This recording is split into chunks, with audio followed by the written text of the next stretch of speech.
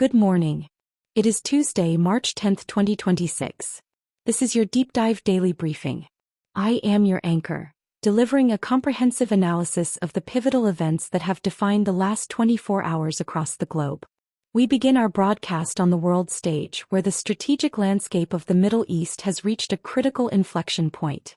Following 10 days of intense conflict between United States-led forces and the Iranian regime, President Donald Trump has signaled that military operations are very far ahead of schedule and could conclude soon. However, this optimism is tempered by the gravity of the situation in the Strait of Hormuz. With maritime traffic through this vital artery at a near-total standstill, the president has publicly revealed that the United States is considering taking over the strait to ensure the flow of 20% of the world's oil supply. Simultaneously, France and its European allies are preparing a separate defensive mission to gradually reopen the waterway, highlighting a multifaceted international effort to prevent a permanent global energy blockade. These diplomatic and military maneuvers occur as the region grapples with the transition to a new Iranian supreme leader, a shift that remains shrouded in uncertainty and internal pressure. Transitioning from the front lines of conflict to the broader global economy, the narrative is being driven by the visceral impact of the war on energy prices and trade stability.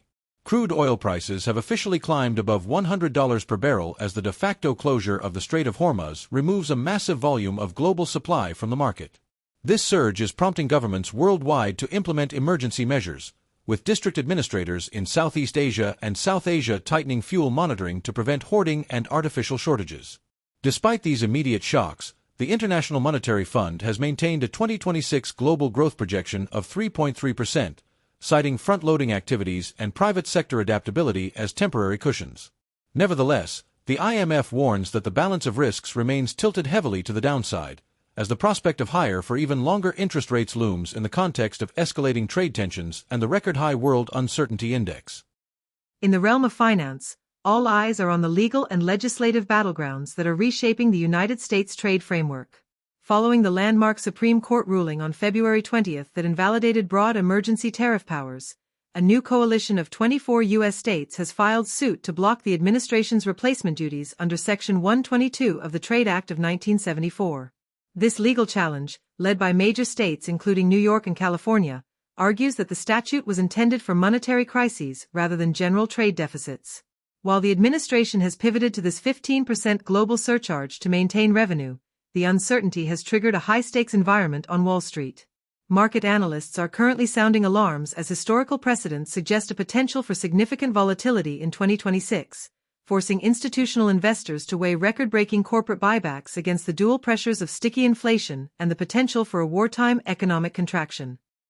Turning our attention to the technology sector, the focus has shifted to Nuremberg, Germany, where Embedded World 2026 has officially opened its doors.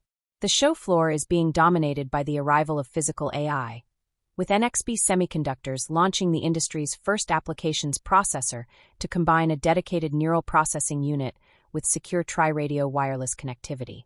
This breakthrough is designed to accelerate the deployment of AI agents at the edge, reducing the need for dozens of discrete components in humanoid robotics and industrial automation.